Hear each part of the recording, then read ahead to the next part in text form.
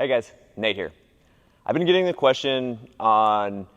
what you should be doing in between games on a doubleheader, or if you have two games in that day. And I kind of break this up in two different scenarios. So one scenario would be if you have an actual doubleheader where you have one game right after the other, and the other one is if you play multiple games in a day. So if you're an attorney and you have a game in the morning and then a game in the evening, what should all your players be doing, or what should you be doing as a player to prepare for that next game, or what do you need to redo kind of to warm back up for the next game? So to start out, if you have a double header, a game right after the next game where you may have a half hour in between games, or something similar to that, I would say there's not much that you need to do as far as prep in between that game if you were playing the entire game prior. Now, if you didn't get a lot of action at your position, or you didn't run the bases too much, or the main guy that I'd be thinking about is if you're going to pitch the next game, and you rested the last few innings of the game previous, or if you weren't playing in the game for a couple innings from the previous game and you're going to start the next game, you're going to want to go back through a couple of things during your warm-up. So your dynamic warm-up, I would say most guys I would want to do that, especially the guys that did not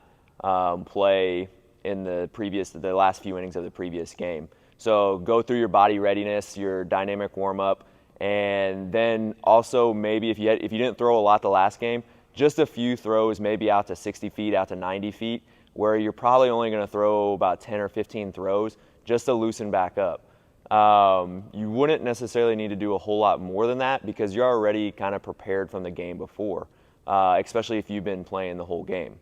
The one big thing that I would recommend, though, is in between games, you may want to get yourself a snack,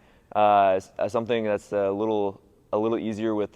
for easy use carbohydrates. So think of a banana, think of oranges, or a little bit of fruit in between games, so that you can keep your stamina up through the next game. So that's probably the biggest thing to do in between, is to keep that